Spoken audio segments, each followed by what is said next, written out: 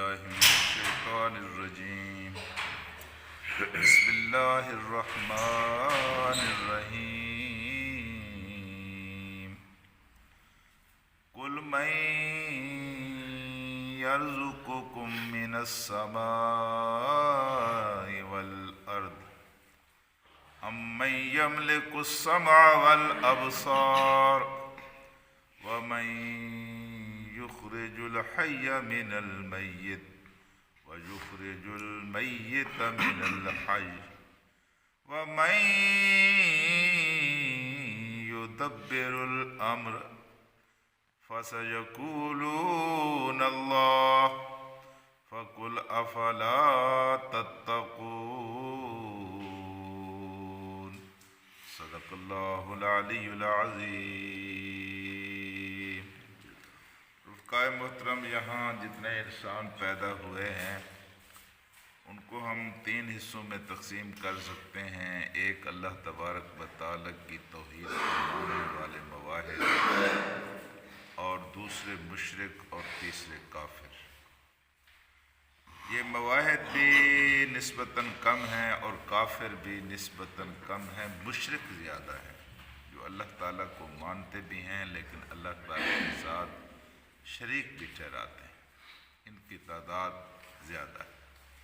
حضور اکرم صلی اللہ علیہ وسلم نے جب کام شروع کیا تو اس وقت لوگ اللہ تعالیٰ کو ماننے والے تھے، اللہ کو رازق مانتے تھے، اللہ کو خالق مانتے تھے، اللہ کو مدبر الامر مانتے تھے. یہ ساری باتیں وہ تسلیم کرتے تھے. ان کی توحید کے اندر جہاں خرابی واقع ہوئی وہ یہ تھی کہ وہ اللہ کو ماننے کے باوجود وہ یہ مانتے تھے کہ زمین کے اوپر کچھ اللہ کے پیارے ایسے ہیں، اللہ کے محبوب ایسے ہیں. محبت کی وجہ سے اللہ تبارک و تعالی نے اپنے اختیارات ان کو سونپ دیے ہیں. اب وہ یعنی اگر اللہ کو راضی کرنا ہے تو ان کو راضی کیا جائے. وہ دنیا کی مثال دیتے تھے اور دنیا کی مثال لوگوں کو زیادہ سمجھ آتی ہے کہ جس طرح دنیا کے بادشاہ ہیں، ان کے وزیر ہوتے ہیں، ان کے مقربین ہوتے ہیں، لوگ ان کی سفارشیں تلاش کرتے ہیں، کام کرا آتے ہیں.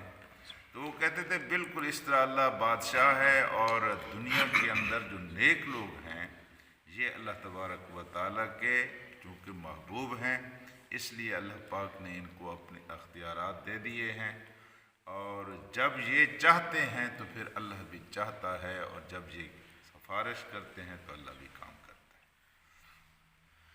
آسمان کے اوپر انہوں نے اللہ تبارک و تعالیٰ کے فرشتوں کو یہ مقام دیا تھا کہ چونکہ اللہ کے فرشتے ہیں اللہ کی بہت حمد کہتے اور کرتے ہیں، اس لیے اللہ تعالیٰ ان سے راضی ہے.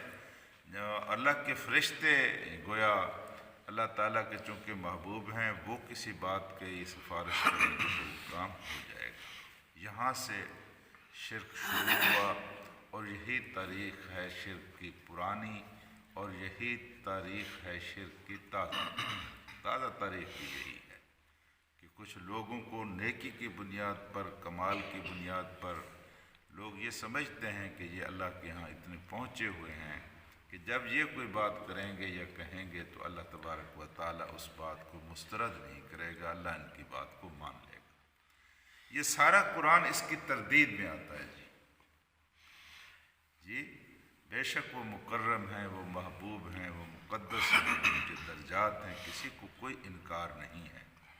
جی لیکن یہ حقیقت ہے کہ جو اختیارات میرے اللہ کے ہیں وہ میرے اللہ کے ہیں، وہ کسی دوسرے کے نہیں ہیں.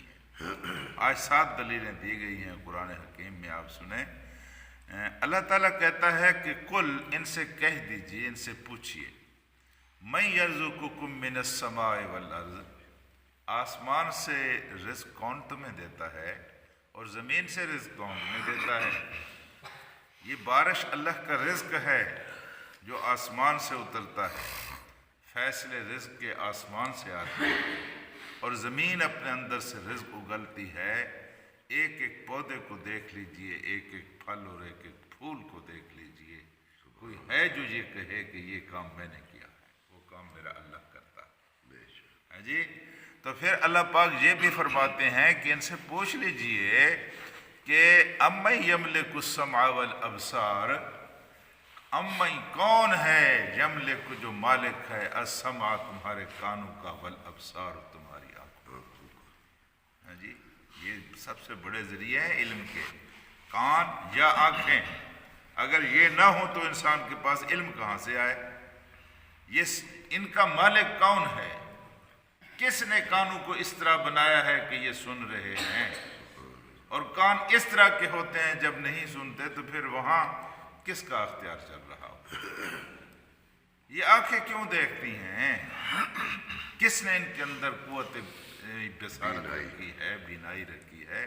جی، کون اس کا مالک ہے؟ اچھا، پھر اللہ پاک یہ پوچھتا ہے کہ وَمَن يُخْرِجُ الْحَيَّ مِنَ الْمَيِّتِ وَيُخْرِجُ الْمَيِّتَ مِنَ الْحَيِّ، کون مردے کو زندہ کرتا ہے اور زندہ سے مردہ کو؟ بیج کو تم دیکھ لیجیے، مرغی کے انڈے کو تم دیکھ لیجیے، خود انسان اپنی ذات کو دیکھ، کون ہے؟ پھر اللہ پاک کہتا ہے وَمَن يُدَبِّرُ الْأَمْرَ، کون ہے جو اس کائنات کا نظام چلا رہا ہے، اتنے خوبصورت طریقے سے چلا رہا ہے؟ صدیاں بیت گئی ہیں، کوئی چیز اپنے مدار سے ہٹی ہوئی نہیں ہے، جس کے ذمہ جو کام لگایا ہے وہی کام وہ کرتے چلا جا رہا ہے۔ وقت پر رات آتی ہے، وقت پر سورج نکلتا ہے، وقت پر سردی آتی ہے، وقت پر گرمی آتی ہے، اور پانی کا کام پیاس بجھانا ہے تو پانی پیاس بجھاتا ہے، پانی جلاتا نہیں ہے، جلاتی آگ ہے چونکہ اس کے ذمہ جلانا ہے۔ تو اسی کی مثال کو لے لیجئے، اس کائنات کے اندر اللہ پاک نے جس چیز کو جس مقصد کے لیے تخلیق کیا ہے وہ مقصد اپنا پورا کر رہی ہے۔ پہلے اللہ تبارک و تعالیٰ کی آپ دیکھیں کہ اللہ تبارک و تعالیٰ کی سب سے پہلے جس صفت کا ذکر آیا وہ رازق ہونے کی صفت ہے، دوسری صفت کا ذکر آیا وہ اللہ کے خالق ہونے کی صفت ہے، رازق جی، اور تیسری صفت کا تذکرہ کرتے ہوئے اللہ پاک نے فرمایا کہ وہ ہو اس کائنات سے لا تعلق ہو کر کہیں بیٹھ نہیں رہا، بلکہ وہ اس کائنات کی تدبیر کر رہا ہے، آپ کے جملہ معاملات کے فیصلے کر رہا ہے۔ یہ سارے کام کس کے ہیں؟ یہ میرے اللہ کے ہیں۔ فَسَيَقُولُونَ اللَّهُ، اللہ فَقُلْ أَفَلَا تَتَّقُونَ، جب ان سے پوچھیں گے کہ یہ سارے کام کون کر رہا ہے تو اس کے جواب میں یہ کہیں گے فَسَيَقُولُونَ اللَّهُ، یہ سارے کام کون کر رہا ہے؟ اللہ کر رہا ہے۔ جی، مشرکین عرب بھی کہیں گے، وہ بھی کہتے یہ سارے کام اللہ کرتا ہے۔ آسمان سے پانی اللہ برساتا ہے، زمین سے فصلیں اللہ اگاتا ہے، کانوں کا مالک اللہ ہے، آنکھوں کا مالک اللہ ہے۔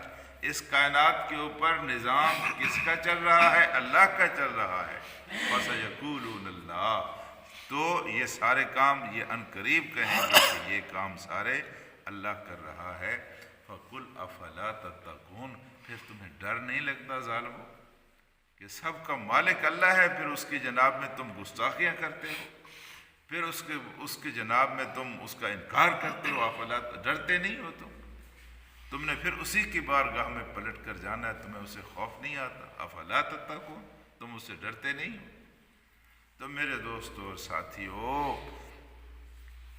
یہ کئی دفعہ ہم نے اس کی مثال دی ہے، جس طرح کوئی غیرت مند باپ، غیرت مند بھائی، غیرت مند شوہر اپنی بیوی، بیٹی اور ماں کے بارے میں کسی دوسرے مرد کی تھوڑی سی بھی شرارت اور جہالت پسند نہیں کرتا، اللہ اس سے بھی بڑا غیرت مند ہے، بالکل اپنے اختیارات میں کسی دوسرے کو وہ شریک برداشت نہیں کرتا۔ اس کی غیرت کا یہ تقاضا ہے، اس کا یہ حق بنتا ہے۔ اللہ کا سب سے بڑا حق یہی ہے کہ اللہ تبارک و تعالیٰ کے ساتھ کسی کو شریک نہ ٹھہرایا جائے، یہ اللہ کا سب سے بڑا حق ہے، اور سب سے بڑھ کر غصہ بھی اللہ پاک کو اس بات پر آتا ہے۔ جی، یہ تو میرے گھر میں داخل ہو گیا ہے، جی اس نے میری بیوی کو دیکھا، میری بیٹی کو دیکھا، اس نے دسترازی کی، جی پھر کون برداشت کرتا ہے؟ کوئی برداشت نہیں کرتا جس کے اندر تھوڑی سی بھی غیرت ہے۔ اللہ سب سے زیادہ غیرت مند ہے، اللہ شرک کو برداشت نہیں کرتا، اللہ کے رسول اور اللہ کے قرآن نے لکھ کر دے دیا ہے کہ سارے گناہوں کو معاف کیا جا سکتا ہے، لیکن شرک کو اللہ تبارک و تعالیٰ معاف نہیں کریں گے۔ اللہم صلی علی سیدنا و مولانا محمد و علی آلہ